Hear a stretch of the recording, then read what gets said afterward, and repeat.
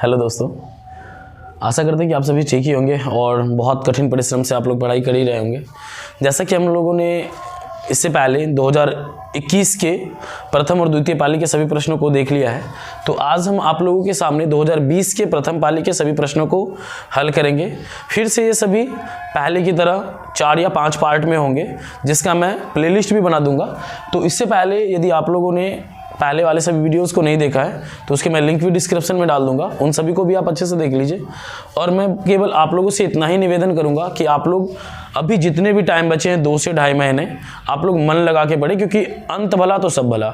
यदि अभी आप लोग अच्छे से पढ़ लोगे तो आशा और उम्मीद है कि आप लोग अच्छे मार्क्स लाओगे, माँ पिताजी के भी मन को अच्छे से पूरा करोगे और उनके भी फीलिंग्स को समझोगे। तो चलिए अभी हम लोग बिना कुछ आगे और भी बात किए हम लोग आज शुरू करेंगे क्वेश्चन बैंक के 2020 के प्रथम पाली के सभी प्रश्नों को। तो चलिए, पहला सवाल है कि एक त्रिभुज ABC में AD BC पर लंब है, AD लंब है BC पर, सिद्ध करना है कि इतना के बराबर इतना होना है। तो देखिए, हम सभी जानते हैं कि एक त्रिभुज है, मान लीजिए कि ये ABC है, A B और C है, ठीक है ना। और कहा जा रहा है कि BC, ये है BC मतलब बेस आधार है, इस पर लंब है AD, मतलब यह इसको क्या कर दे रहा है, 2 पार्ट में डिवाइड कर दे रहा है, ये लंब हो गया AD, वही यहाँ पे लिखा गया है, ठीक है। तो अब इसमें 2 त्रिभुज हो गया, एक हो गया ABD, एक ये वाला त्रिभुज ABD, और एक हो गया ADC। अब इसमें कितने त्रिभुज हो गए टोटल? 2 त्रिभुज हो गए। पहले ये एक था, लेकिन जैसे ही ये लंब आ गया तो ये 2 हो गया, ABD और ADC। तो चलिए पहले हम लोग लेते हैं त्रिभुज ABD में, इस त्रिभुज की बात हम लोग करते हैं, केवल इस त्रिभुज की, है ना, इस त्रिभुज की। अभी इधर नहीं देखना है, केवल इस त्रिभुज की बात करते हैं हम लोग, इधर की। तो हम सभी जानते हैं कि जो सबसे बड़ा होता है ना, वो कर्ण कहलाता है। क्या कहलाता है? कर्ण कहलाता है।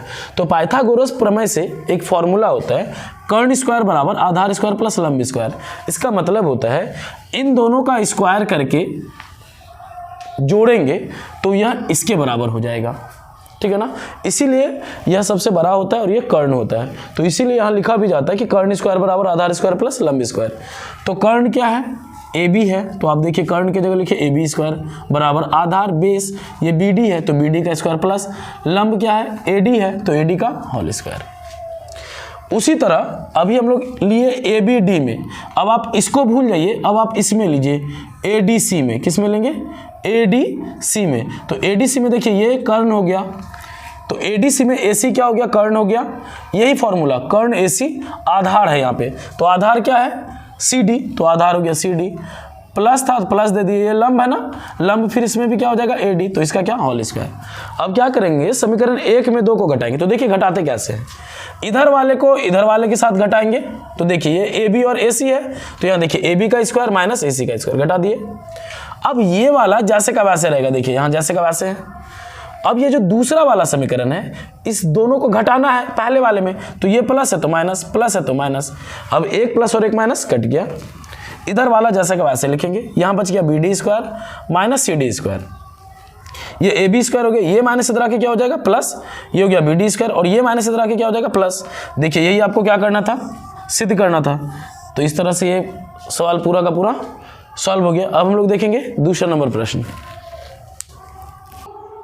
दूसरा नंबर सवाल देखिए, दूसरा नंबर सवाल है, यदि 7 tan थीटा बराबर 4 हो तो 7 sin theta minus 3 cos theta बटे 7 sin theta plus 3 cos theta का वैल्यू ज्ञात करना है। तो देखिए एकदम बिल्कुल सिंपल सा तरीका है। 7 tan थीटा बराबर क्या दिया हुआ है? 4 दिया हुआ है, ठीक है। तो tan थीटा बराबर क्या हो जाएगा? 4, ये गुना में कहाँ जाएगा? बटे में, 4 बटे 7। और tan थीटा का फॉर्मूला हम लोग सभी पढ़े हैं, sin theta by cos theta, sin theta by cos theta. ये मैं आपको बिल्कुल शॉर्ट ट्रिक बता रहा हूँ। tan थीटा बराबर क्या पढ़े हैं? 4 बटे सॉरी ये तो 4 है, ये गुना में तो बटे में आ जाएगा। tan थीटा बराबर sin बाय cos, sin के सामने sin का वैल्यू, cos के सामने cos का वैल्यू हमको इसका निकालना है। 7 sin theta minus 3 cos theta बटे 7 sin theta plus 3 cos theta. देखिए कैसे करेंगे, ये 7 हो गया गुना, साइन है, साइन के सामने किसका वैल्यू? 4 का वैल्यू माइनस 3, कॉस का वैल्यू कितना? 7, यहाँ पे लिख देंगे। सेम चीज़ प्लस में लिख देंगे, 7 गुना 4 प्लस 3 गुना 7, कुल मिला के 7 गुना 4 कितना हो गया?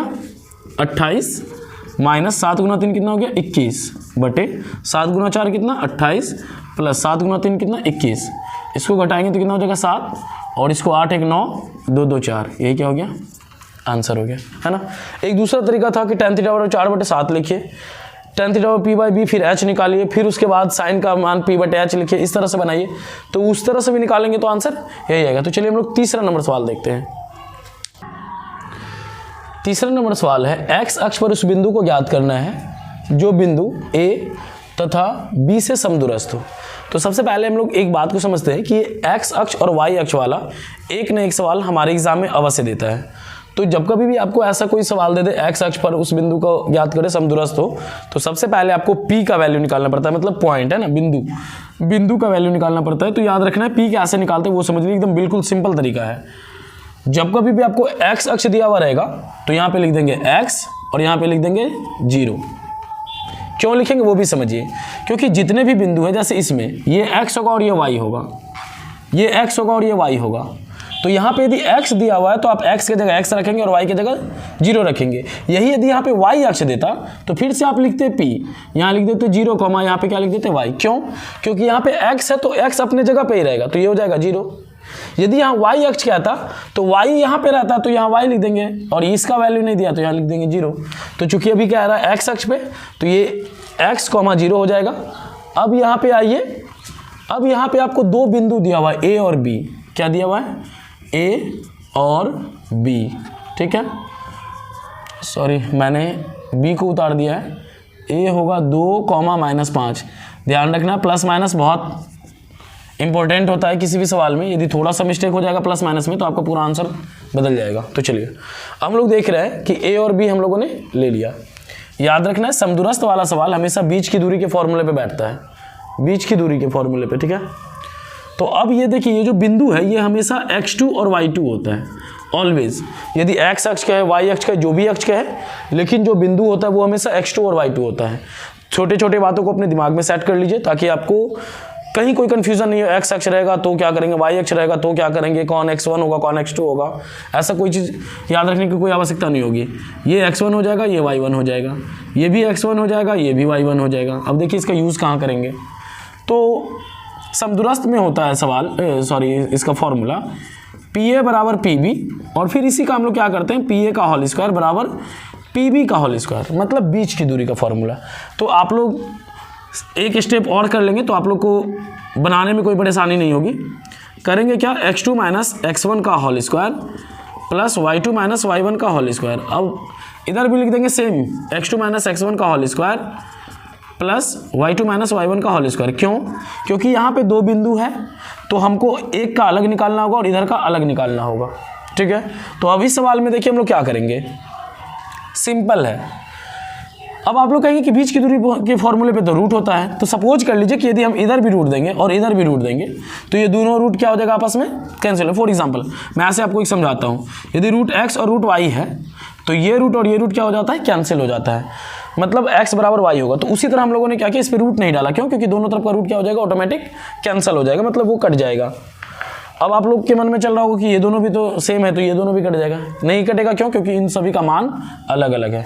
तो चलिए अब भी देखिए यहाँ पे क्या हम लोग ले रहे हैं, a, मतलब इस b से हमको कोई लेना देना नहीं, इसको देखना भी नहीं है। अभी केवल हम लोग इन दोनों को देखेंगे, उसका काम हम बाद में करेंगे। तो यहाँ दिख रहा है x2 का वैल्यू क्या है, x है, माइनस x1 का वैल्यू क्या है, 2 है, इसका होल स्क्वायर, प्लस y2 का वैल्यू क्या है, 0 है, y1 का वैल्यू क्या है, -5। तो माइनस और माइनस +5 हो गया।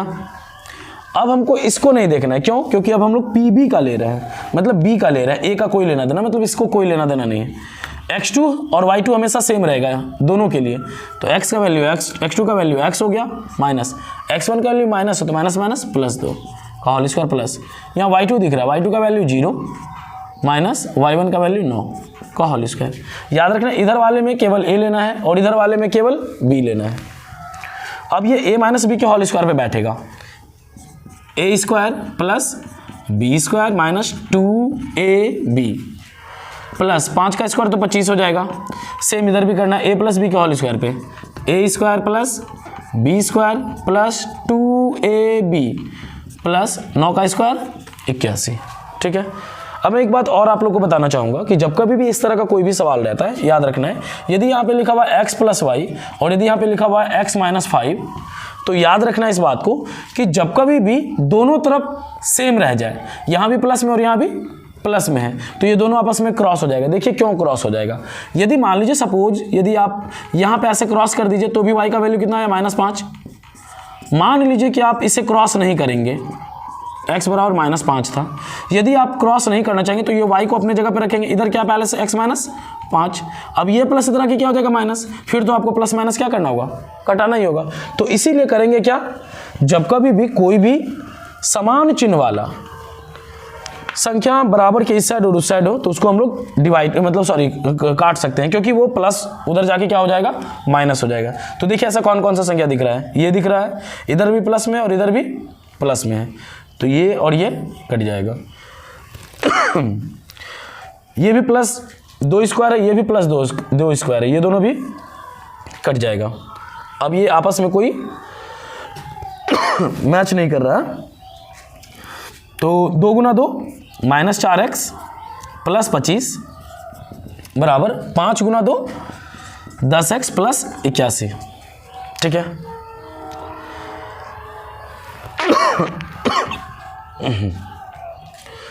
अब ये -4x हो गया, ये प्लस इधर आके क्या हो जाएगा -10x बराबर 81, और ये प्लस इधर आके क्या हो जाएगा माइनस। देखिए मैंने क्या किया, x को x की तरफ रखा, ये -4x था, ये प्लस इधर आके माइनस हो गया, ये 81 था और ये प्लस था इधर आके माइनस हो गया। अब माइनस माइनस क्या होता है, प्लस होता है, तो -14x। अब इसको घटाया जाए, क्या हो जाएगा, ये 6 हो जाएगा, और 7 में से 2 घट जाएगा, 5 हो जाएगा। ठीक है, जब x का वैल्यू रखेंगे, ध्यान दीजिएगा, यहाँ है -14x बराबर 56, जब x का वैल्यू रखेंगे तो इन दोनों के बीच गुना है, तो 56 बटे क्या हो जाएगा -14। तो हम सभी जानते हैं कि ये माइनस नीचे नहीं रहता है, ऑटोमेटिक ये माइनस कहाँ चला जाएगा, ऊपर चला जाएगा, है ना। तो इस माइनस को आप यहाँ पे ऊपर कर लीजिए, कभी भी नीचे माइनस नहीं रहेगा, ऊपर चला आएगा। तो 14 से 56 कितने बार में, 7 बार में, मतलब x का वैल्यू कितना आ गया -7। बस आपको निकालना था बिंदु, तो इस लिखेंगे, इसीलिए p को क्या लिखे थे, x, 0, तो ये आपका किसका वैल्यू आया, x का वैल्यू होता है, x की जगह -7, 0, ये क्या हो गया, आंसर हो गया। इस तरह से हमारा सवाल सॉल्व हो जाएगा। 14 से 56 7 बार में नहीं, 4 बार में ना, 14 से 56 4 बार में, मतलब x का वैल्यू क्या 4 हो जाएगा ना। चलिए, तो ये -4, 0 क्या हो जाएगा, आंसर हो जाएगा। इस तरह से आप लोग सभी देख ही पाएंगे ना, कभी कभी कैलकुलेशन है ना, उम्र होने चला है इसीलिए। चलिए कोई बात नहीं। अब चौथा नंबर सवाल हम लोग देखेंगे। चौथे नंबर सवाल परिमेय से संबंधित था कि 3 + √5 एक अपरिमेय संख्या है, जिसको मैंने इससे पहले वाले वीडियोस में सॉल्व कर दिया, तो इसीलिए हम लोगों ने 5 नंबर उतारा और 5 नंबर को भी हम लोग बनाएंगे। द्विघात सूत्र का प्रयोग करके इसका हल करें। जब कभी भी हल करने के लिए कहा जाएगा ना, या शून्य ज्ञात करने के लिए कहा जाएगा, मतलब आपको उसमें यदि x दिया तो x का मान निकालिए, y दिया है तो y का मान निकालिए, मतलब जो भी चीज़ यहाँ पे लिखा होगा उसका वैल्यू निकालना है। तो यहाँ पे सवाल था आपका x² - 4x + 1 बराबर 0। आपको क्या करना है, x का वैल्यू निकालना है। किसका वैल्यू निकालना है, x का।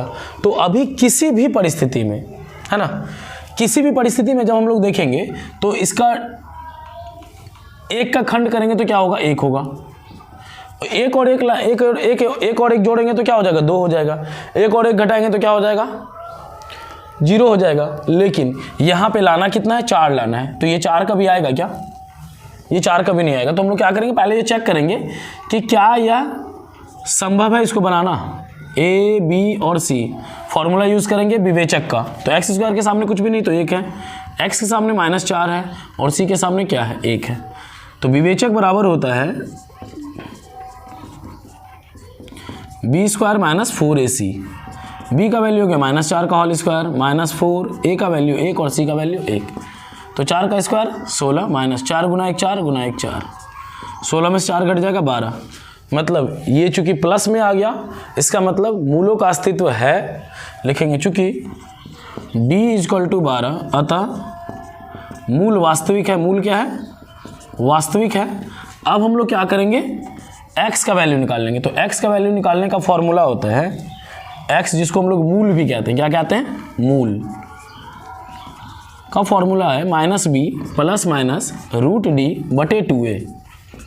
ये माइनस हो गया और b का वैल्यू क्या है, ऑलरेडी माइनस है, तो माइनस माइनस प्लस, तो यहाँ पे लिख देंगे 4 प्लस माइनस रूट d का वैल्यू कितना है 12, तो यहाँ लिख देंगे 12 बटे 2, और a का वैल्यू कुछ दिया है क्या, 1 है, तो a का वैल्यू क्या दे देंगे 1, तो ये हो जाएगा 4 प्लस माइनस 12 को हम लोग लिख सकते हैं 4 गुना 3, क्या लिख सकते हैं 4 गुना 3, 4 गुना 3 कितना होता है 12 बटे 2 गुना 1 2।